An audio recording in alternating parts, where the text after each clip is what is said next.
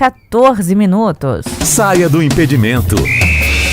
Na Band Vale, bate-papo esportivo com Cláudio Nicolini e Antônio Carmo. Oferecimento Milclean, sempre inovando. Instituto Homem, descubra a simplicidade em viver bem.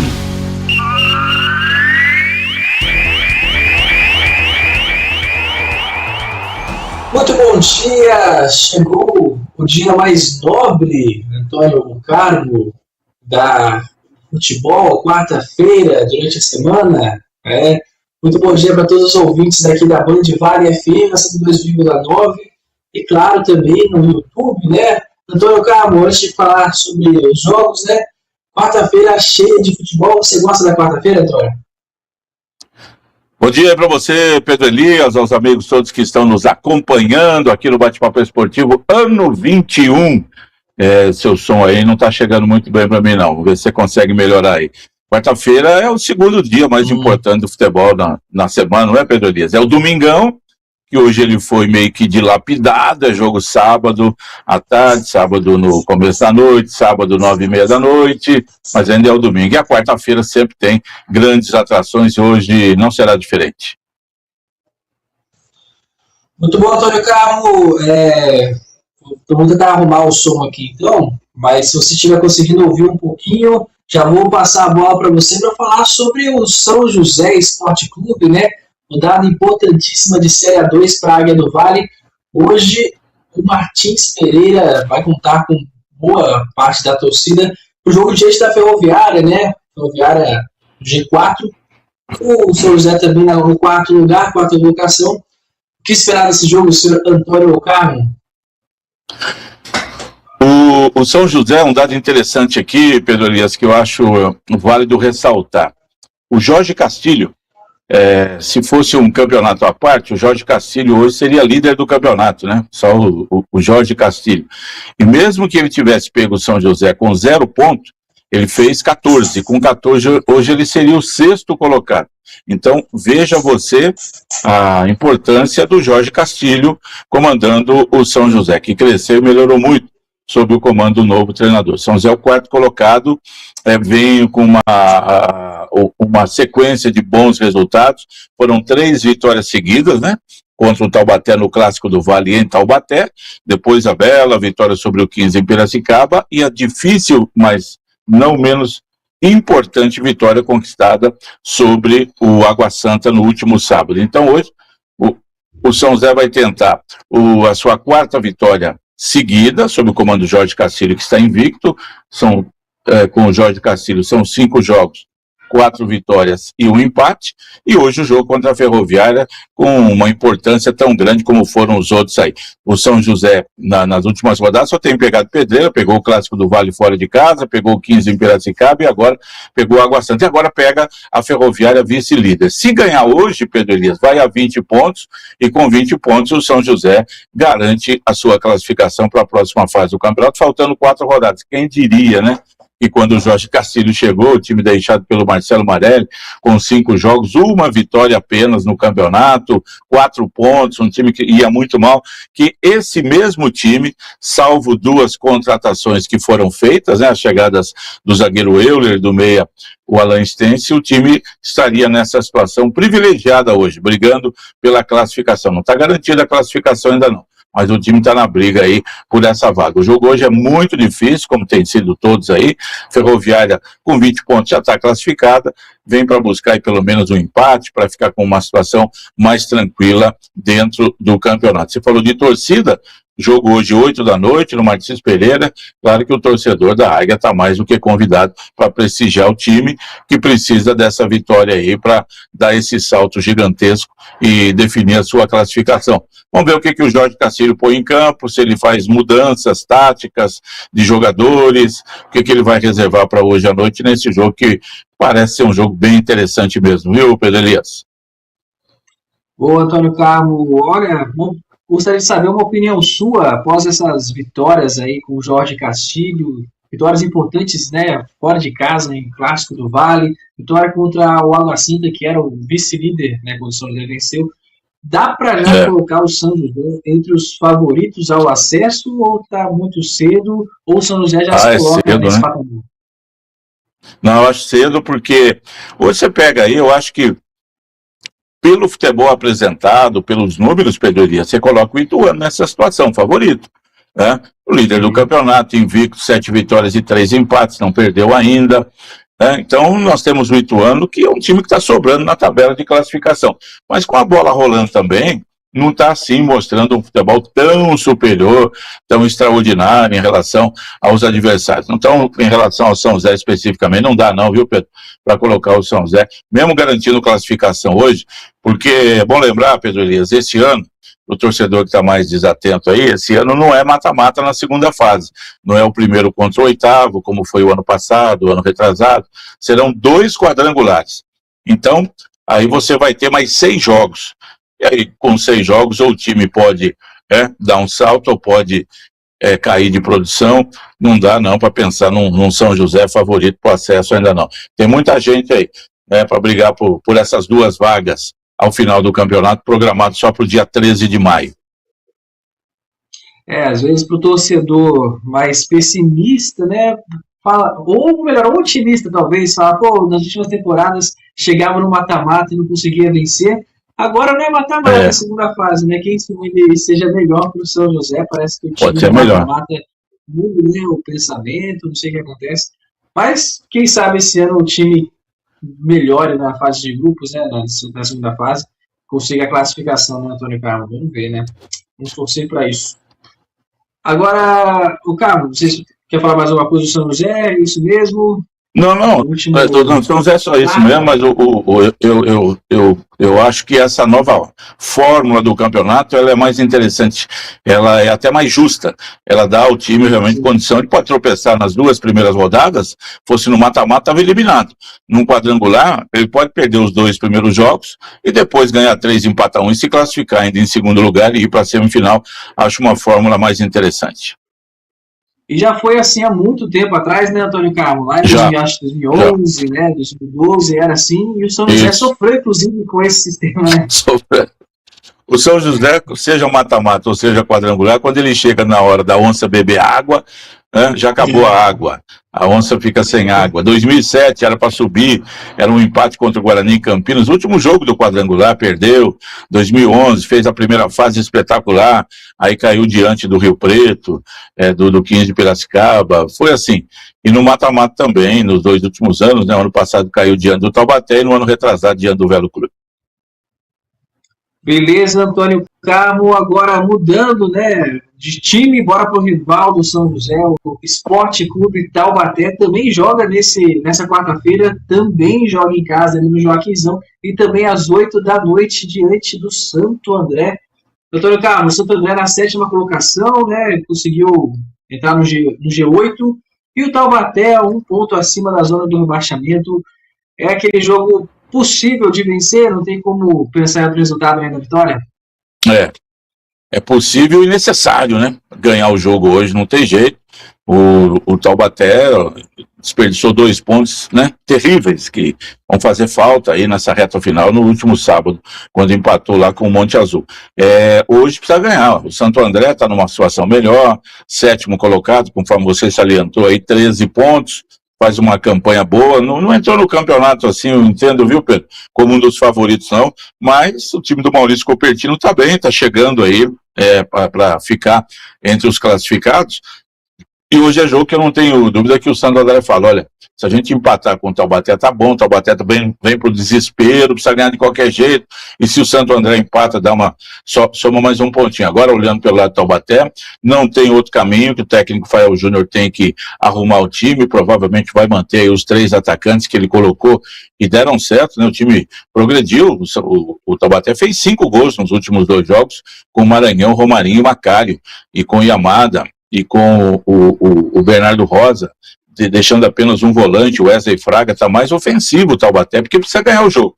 Então hoje é de novo a fazer, por exemplo, a boa partida que fez sábado, Pedro, que ela ficou maculada por conta de inúmeros gols perdidos e, convenhamos, de uns 2 erros grandes da arbitragem. Agora, se o Taubaté hoje criar aquela quantidade imensa de gols, tem que aproveitar pelo menos a metade para conseguir a vitória diante do Santo André. É imperativa a vitória hoje. um resultado negativo, uma derrota, hoje é trágica. É bom lembrar, Pedro, hoje é a 11ª rodada, faltarão só 4 jogos depois da rodada de hoje. E sábado, o Taubaté vai pegar o Água Santa lá em Diadema, naquele cronograma que eu falo sempre aqui, né, que você faz no começo do campeonato, no meio, você coloca aí, derrota, tá bom, normal. Se vier um ponto é ótimo. Então, por isso é que precisa hoje somar esses 3 pontos contra o Santo André, 8 da noite, com aquela iluminação que não ajuda muito lá no Joaquinzão, mas vamos pro jogo, o torcedor taubatiano, a exemplo do torcedor josense, tem que ir lá prestigiar o time. A iluminação lá realmente não é fácil, rapaz. Sempre tô lá, né, nos jogos, quando é à noite, tem que subir ali o brilho da câmera, porque fica difícil. Da câmera. Nossa senhora. Mas você falou sobre o Taubaté. O artilheiro do campeonato é o Macário, né? 5 gols, é o Macário, né? do Taubaté, para você ver como que o time cria, né? Mas a defesa que está se complicando lá atrás, né, Antônio Carlos? O Taubaté mudou. O problema do Taubaté, eu tenho visto aí, Pedro, é a defesa. Trocou o goleiro, né? Por necessidade de contusão, saiu o Samuel Pires e entrou o Adilson Júnior, que já pegou até pênalti, então tá bom. Na lateral esquerda, o Eduardo Diniz estava mal, entrou o Ítalo, melhorou. O Eduardo Diniz até entrou no segundo tempo, foi expulso contra o Monte Azul. O Mica, lateral direito titular, está suspenso. O Rafael Júnior vai ter que se virar hoje com um outro lateral direito. E a zaga teve a estreia, né, do Breno no último jogo, porque o Taubaté trocou zagueiro, botou Luizão, botou Luanderson, botou não sei quem, e estava sempre falhando, sempre errando. E agora deu uma melhorada aí, apesar que tomou 3 gols também, não dá pra gente elogiar tanto, né?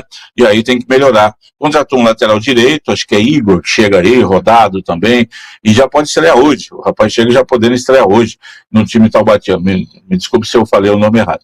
E aí chega para a última inscrição do Taubaté, que tinha direito, as inscrições terminam no dia 20, e o Taubaté tinha uma vaga ainda, preencheu aí com esse lateral direito. Precisa arrumar o seu setor defensivo primeiro, né? Arrumar a casinha, fecha a casinha, não toma gol, vai lá e faz o gol para conseguir a vitória hoje, é fundamental.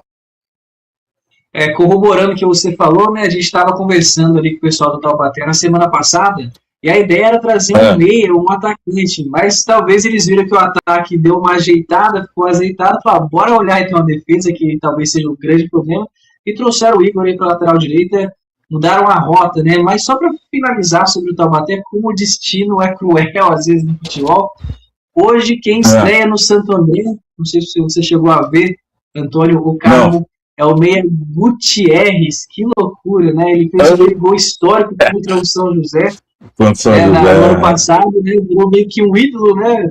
Mais recente do Taubaté. Reza a lenda que o Taubaté foi atrás dele, a pedida salarial foi alta, mas isso, claro, não é uma informação oficial. E agora ele estreia justamente esse ponto que o Taubaté, onde ele fez história, tem o carinho da torcida e do Joaquinzão, né, cara? Coisas do futebol, sempre interessantes esses fatos aí que a gente vê, né? Não só na Série A2, como em outras divisões. Ele estava jogando, acho que ele foi pro futebol de Goiás, né? Se não me engano. Depois não jogou a Copa Paulista pelo Taubaté, depois do Paulistão ele foi embora. Não sei se você estava no Campeonato Goiano ou Campeonato Mineiro, porque começou a vir muita gente aí de Goiás e outros lugares aí.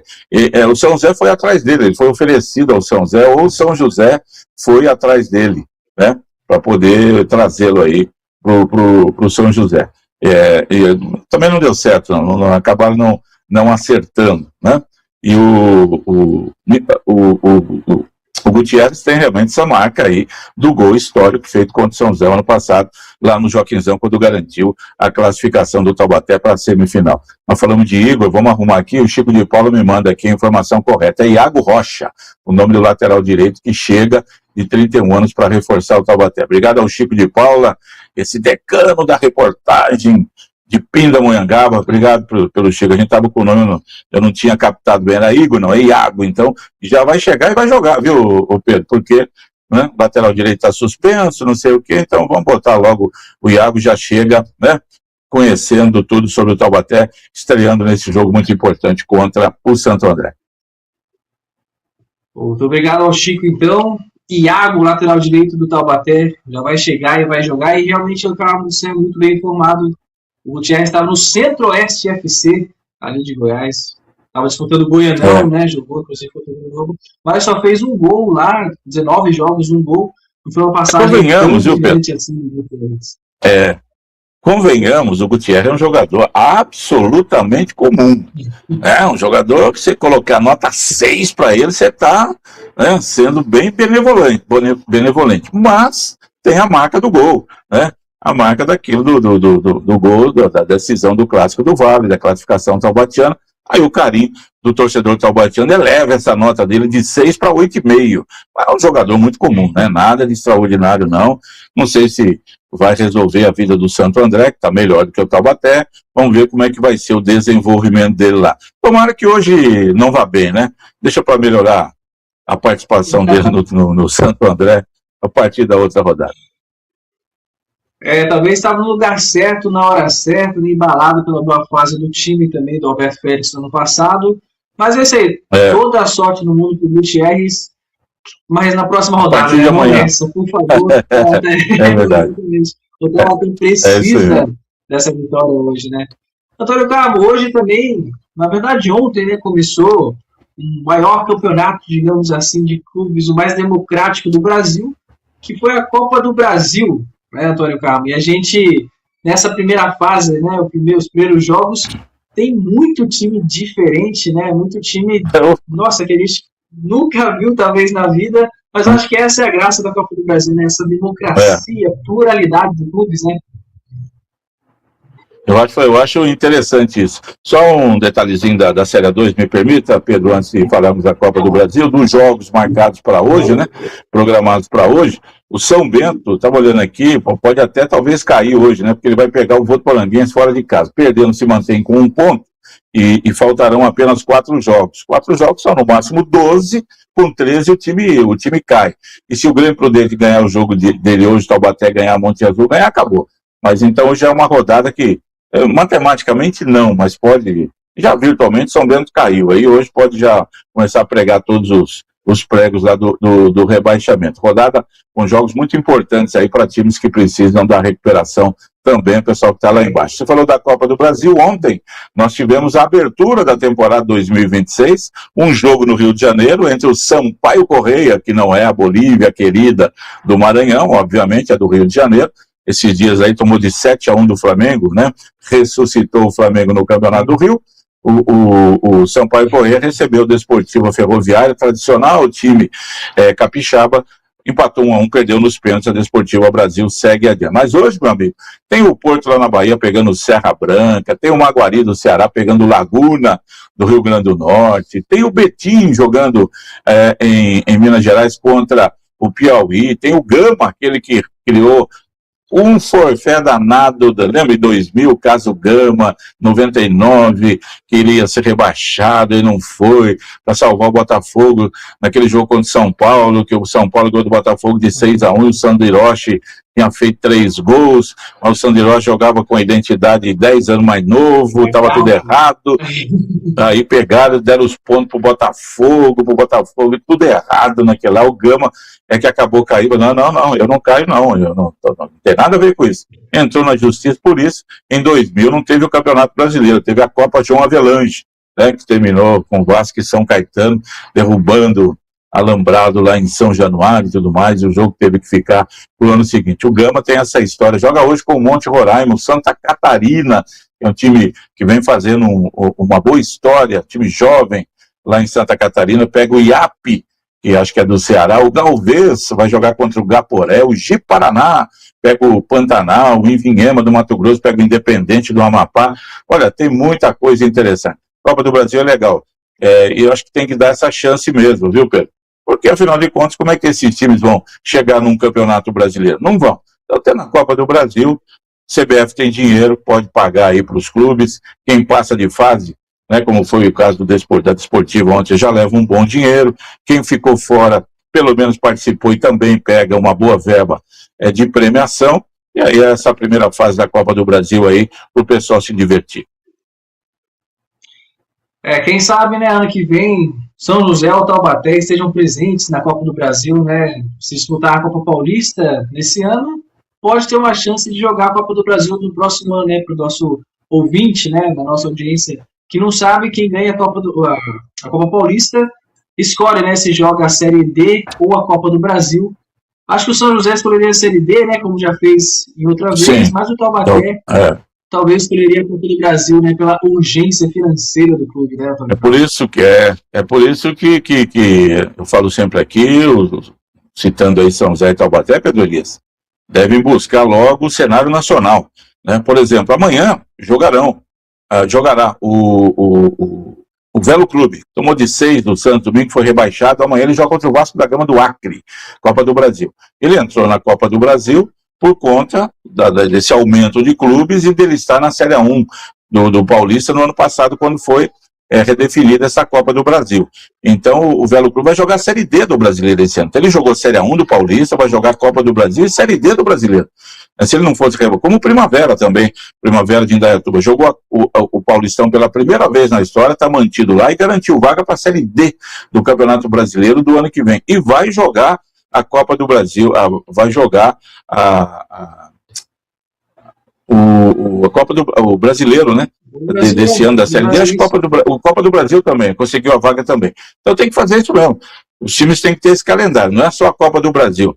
Tem que almejar jogar a Copa do Brasil, que entra um dinheiro, tanto faz ser eliminado na primeira fase, e pensar num campeonato de verdade, aí comprido, mais longo, Série D, passando por uma Série C. É esse o caminho. São José e Taubaté tem que focar nisso e buscar com urgência chegar na primeira divisão do futebol paulista para ter condições melhores. Você lembrou da Copa Paulista, que é o caminho mais curto, né?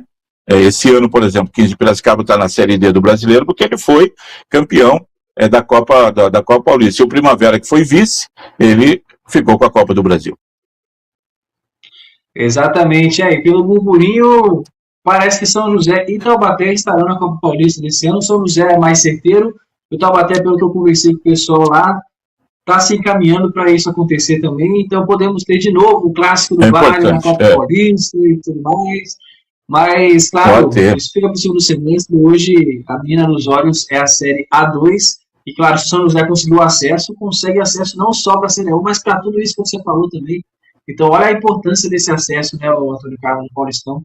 Torcer para o São José conseguir, e quem sabe até o Taubaté, né, se emplaca uma sequência de vitórias, se classifique. O futebol, tudo é possível. Do Taubaté, tudo. Do Taubaté, que eu já falei aí há 2 rodadas atrás. Não tem que ficar olhando com esse sonho, não é uma utopia, um sonho, ainda dá para classificar, dá. Ele tem 8 pontos, faltam 15, se ganhar 12, ele vai a 20, classifica-se, provavelmente com 20 pontos vai estar lá dentro. Mas não dá para ficar pensando nisso agora, sendo que você está com o fantasma da zona de rebaixamento, mordendo os calcanhares ali, um pontinho só acima do Grêmio Prudente. Quer dizer, hoje, voltando a falar de Série A2, o Grêmio Prudente joga em casa contra a Inter de Limeira, a torcida de lá fez um desafio ao time, né? Vamos fazer um jogo, Fúria Prudentina, que é a torcida contra o Grêmio Prudente. Quem ganhar, segue representando a cidade no Campeonato Paulista. Coisa tá feia lá, mas a diretoria... Não, porque está feia a coisa. E aí a diretoria lá reuniu-se com torcedores, pediu todo o apoio e falou, cada jogo é uma decisão agora, vai começar hoje, ganhar da Inter de Limeira. A Inter que também não faz uma grande campanha, tem só 12 pontos, pode dizer que está 1 ponto da zona de classificação, mas só está 4 pontos acima da zona de rebaixamento. Então, ainda o campeonato está muito incerto, vamos ver essas coisas todas aí. Rodada de hoje muito importante. Esses times estão acima do Taubaté, Monte Azul, Linense, o 15, a Inter. Quem sabe do nada o Taubaté e o Grêmio Prudente começam a vencer, tem que abrir o olho também, né? Mas bora lá então, Antônio Carlos, falar de Libertadores também, né? Porque hoje os brasileiros estreiam na competição, o Botafogo contra o Nacional Potosí da Bolívia e o Bahia contra esse time, o Higgins, ou Higgins, né? Do Chile. Os dois jogam fora de casa. O Higgins, né? Os dois jogam fora de casa pelo primeiro jogo, né? Aquela fase pré-Libertadores, que é traiçoeira, né? Já foi uma grande armadilha para muito time grande brasileiro. Então tem que jogar com atenção, não tem jeito, né, Antônio Carlos? Não dá para menosprezar. Libertadores é sempre traiçoeira, né? E aí é o seguinte, pensar num segundo jogo, com calma nessa primeira partida, Botafogo e Bahia são bem favoritos aí no cenário sul-americano, mas o Botafogo vem de 5 derrotas seguidas, Pedro Elias, somando o Campeonato Brasileiro e Campeonato Carioca. Foi eliminado de novo pelo Botafogo, pelo Flamengo nas quartas de final do Carioca, domingo, com aquele goleiro Neto, hein? Frangueiro. O Botafogo também já teve um goleiro melhor. E o Botafogo virou um freguês do Flamengo, assim, mas declarado, coisa espantosa. E o Botafogo começou o Campeonato Brasileiro sapecando 4-0 em cima do Cruzeiro, despencou, né? Depois tomou 5-3 do Grêmio, depois perdeu pro Fluminense, e aí perdeu no Carioca, tinha perdido pro Vasco, perdeu pro Flamengo, não ganha de ninguém, não ganha clássico. A situação do Botafogo, nesse momento, é bem ruim, é bem preocupante. Perdeu o Danilo, que estava sendo talvez seu principal jogador, machucou-se contra o Flamengo no domingo, não sei se volta hoje, mas vai pegar o Nacional Potosí na Bolívia, tem altitude, tem essa coisa toda, tem que tomar cuidado, né, para não, de repente, tomar um pacote lá e voltar para casa já numa situação muito complicada. Tem que tomar cuidado para o jogo de hoje, pensando no jogo da volta, o mesmo se aplica ao Bahia, que vai para o Chile, mais tranquilo, ver o que vai fazer o time do Rogério Ceni, que vai muito bem na temporada. O Bahia é o segundo melhor time do futebol brasileiro no ano. Somando tudo, é o Fluminense em primeiro, com os resultados, o Bahia é o segundo time do Rogério Ceni, que está fazendo um trabalho realmente respeitável, comandando o tricolor da Bahia. Vamos ver esses dois times brasileiros aí. Hoje tem também o Barcelona do Equador, muito conhecido, pegando o Argentino Júnior, né, fazendo o Argentino Júnior, né, de marca registrada, porque lá que Maradona começou. Ontem o destaque para o Independente Medellín, da Colômbia, que ganhou do Liverpool, lá no Uruguai, pelo placar de 2-1. Então tem muita coisa aí nessa Libertadores. Essa primeira fase a gente acha que só tem time desconhecido, mas tem time grande, sim. Inclusive, vale ressaltar que em 2024 o Botafogo saiu dali, né? E acabou sendo campeão. Verdade. Passou campeão. Pela Libertadores, foi passando e foi campeão. Então, aqui pode ser que esteja campeão também, quem sabe, né? Não dá para descartar também esses times. Mas falando de favoritismo, Palmeiras e Flamengo de novo fazem a final pela 20ª vez, Antônio Carlos. Entrarão de novo com um bom favoritismo, mas aí é muito cedo ainda para falar sobre isso, né? Mas é difícil não achar neste momento, né, Pedro Elias, que nós não teremos 2 brasileiros de novo na final da Libertadores, né? Até porque o River Plate não está na Libertadores esse ano, ou é o Boca, não sei. Eu sei que as coisas estão caminhando de novo,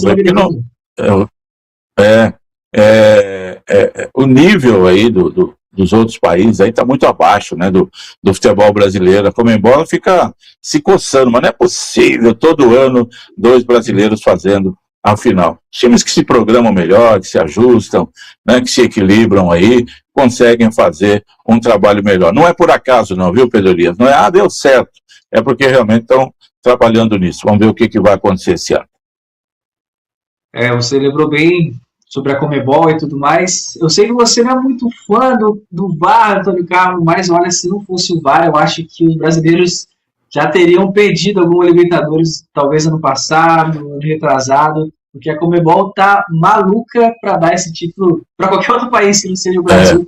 Porque, se não me engano, são 6 Libertadores seguidas, né, vencidas pelo Brasil. Tá começando a pegar uma ação macia. Né? É verdade.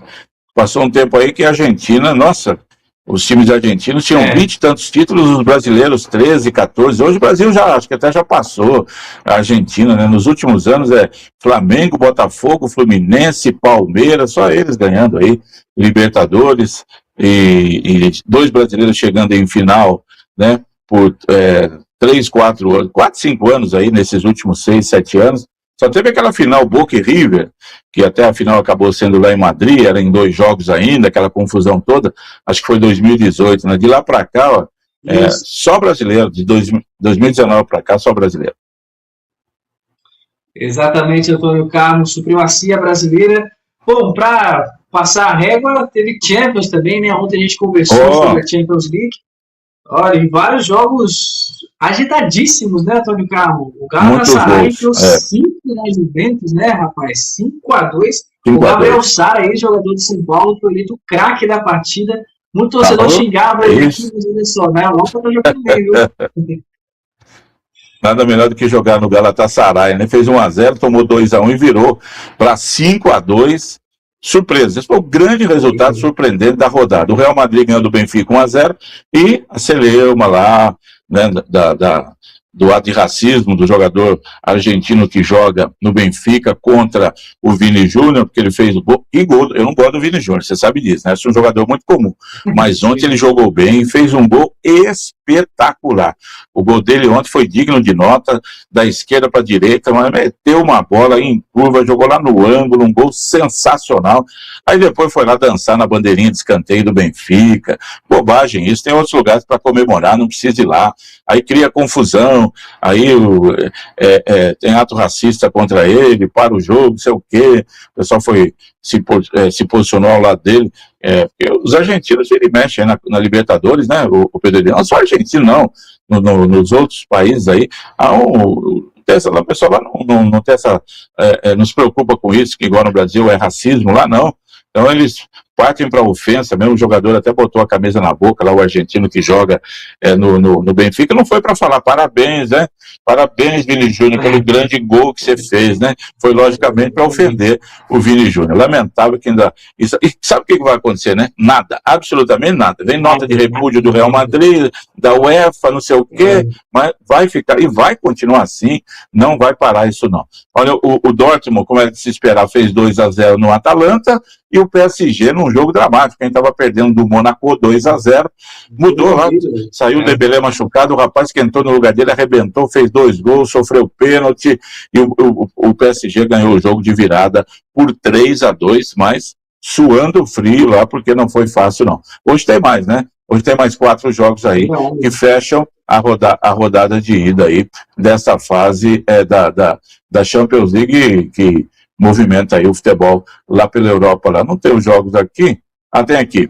Acho que o interessante é esse jogo aí. O Karabakh. Olympiacos e Leverkusen também. Bodo Glimt, da Noruega contra a Inter. E o Bruges, né, da Bélgica, contra o Atlético de Madrid.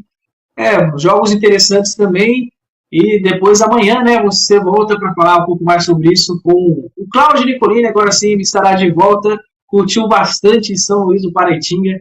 Agradeço a audiência também aqui da Rádio Bandivale FM por ter me recebido tão bem. E agora, Antônio Carmo, deixa com os mestres, né? Deixa para quem sabe fazer bonito. O Cláudio Nicolini, com você, a dupla mais importante do Vale do Paraíba, do esporte regional, bate-papo esportivo. A partir de amanhã, volta com a dupla original. Beleza, Antônio Carmo? Obrigado, viu? Vamos de volta para o Jornal Primeira Hora. Uma honra estar aqui com você e com a nossa audiência. Eu já tive a sua idade e já comecei assim também. O tempo passa, torcida brasileira. E você, com toda a sua categoria, o seu conhecimento, a sua simpatia, vai longe. É realmente um companheiro de alta qualidade que a gente tem aqui no Grupo Bandivale, profundo conhecedor também do futebol, que é muito legal. Foi um prazer dividir com você a tela aqui, os comentários, nesses 3 dias. Olha, fique atento, viu? Não, amanhã cedo fique esperto, porque vai que Cláudio Nicolini resolve estender a folga até a Páscoa, que eu não duvido, a gente liga para você. Caro Pedro Elias, um grande abraço, foi um prazer tê-lo aqui conosco, aos amigos todos que nos honram sempre com audiência no Bate-Papo Esportivo. Ótima quarta-feira, gente, até mais.